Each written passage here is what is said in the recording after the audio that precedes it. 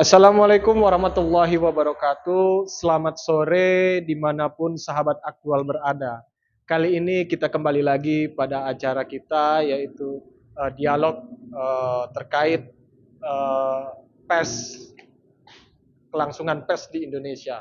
Jadi pada podcast kali ini kita beri judul yaitu eh, politik mengancam keprofesionalan pers. Kali ini kita akan mengundang narasumber yaitu dari Ketua Umum PPDI, Perkumpulan Pers Daerah Seluruh Indonesia, yaitu Bapak Ferry Sibarani SH.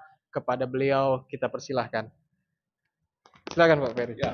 Ya. Selamat sore Pak Ferry. Selamat siang. Pak Alhamdulillah. Riki ketemu lagi ya. Iya Pak. Ya di studio podcast Iya. Apologetic Channel ya. Iya, baru beberapa lalu kita melakukan podcast. Bagaimana kabar Bapak? Sehat. Puji Alhamdulillah. Tuhan. Alhamdulillah. Alhamdulillah.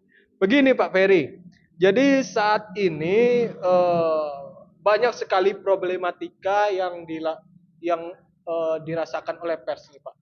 Apalagi kita sekarang sudah masuk kepada tahun-tahun politik di mana keprofesionalan pers itu memang benar-benar diuji Pak. Nah, benar-benar diuji seberapa kredibilitasnya, faktanya dalam pembuatan berita. Ini belum betul-betul menjadi uji dan ini adalah problem yang harus dijawab oleh kita masyarakat atau para tokoh seperti Bapak terkait hal ini supaya pers di Indonesia ini tetap sebagai panutan atau Terjaga netralitasnya dan informasinya memberikan informasi kepada masyarakat. Bagaimana menurut Bapak Ferry? Ya, jadi terima kasih ya pemirsa dimanapun berada. Semoga konten ini benar-benar memberikan manfaat ya dan pencerahan kepada kita semua, khususnya insan pers yang ada di tanah air. Jadi Pak Riki menjawab apa yang sudah disampaikan tadi sedikit. Memang begitulah sekarang kenyataan tengah-tengah bangsa kita, dunia pers kita ya, yang dari tahun ke tahun, dari waktu ke waktu tetap akan mengalami semacam degradasi independensi. Jadi independensi pers atau netralitas pers maupun kemandirian pers hari ini makin diperlihatkan sedang di dalam satu tekanan. Karena apa? Antara cobaan dan kesempatan berbuat curang itu sama potensinya. Di saat yang seperti ini tidak mudah kita kadang-kadang mempertahankan idealisme kita selaku pers.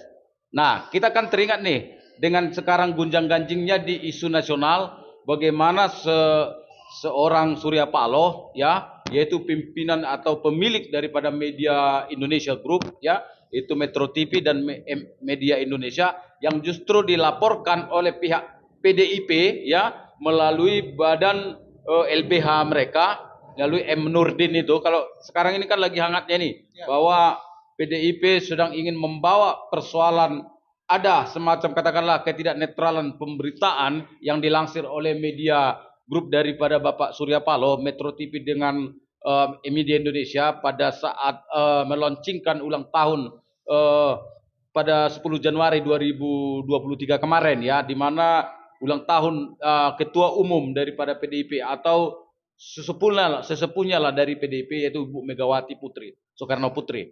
Dan kemudian ternyata hal itu dipelintir atau dikutip oleh pihak PDIP melalui badan LBH-nya dan dianggap itu sebuah ketidaknetralan atau ketidakprofesionalan dari pers itu sendiri dan disebut bahwa ini suatu propaganda yang kemudian mengarah kepada politik. Nah kan gitu. Nah, itu dulu masalahnya bahwa saat ini memang dunia pers kita tidak bisa terlepas dari pengaruh-pengaruh tarik-menarik antara politik ya dan kepentingan politik dengan kepentingan dunia pers atau perusahaan media itu sendiri. Nah, kemudian yang paling menarik adalah belakangan ini kita melihat dan mendengar bahwa Presiden kita Joko Widodo sudah memanggil yang namanya Pak Surya Paloh ke istana untuk bertemu dan kemudian sapa dengan penuh senyum dan akrab dan makan bersama. Sementara sebelumnya kita tahu bahwa Surya Paloh ini ya menjadi bagian daripada istana yang mengusung Jokowi di 2014-2019, tapi akhirnya dia beberapa waktu yang belakangan itu yaitu sekitar bulan Desember kemarin dia memilih keluar dari barisan itu dan langsung mendeklarasikan diri akan mengusung salah satu calon menjadi Presiden RI ke tahun yang akan datang, yaitu Bapak Anies Baswedan.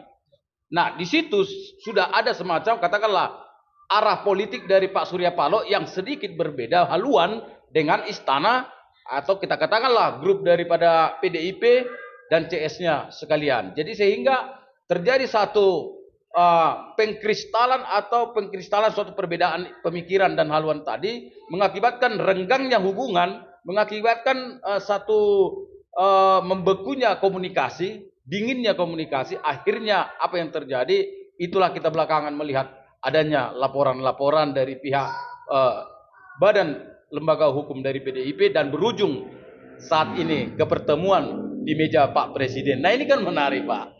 Jadi artinya apa? Jadi kalau saya melihat hal ini sesuatu yang sangat menarik kita ulas ya, karena ketika media atau katakanlah pers bekerja sudah tidak lagi memang sesuai semangat dan roh dari undang-undang pers ya, melainkan sudah lebih kepada kiblatnya kepada politik, yang tentunya di balik politik ini ada kepentingan-kepentingan komersial, bisnis dan lain sebagainya.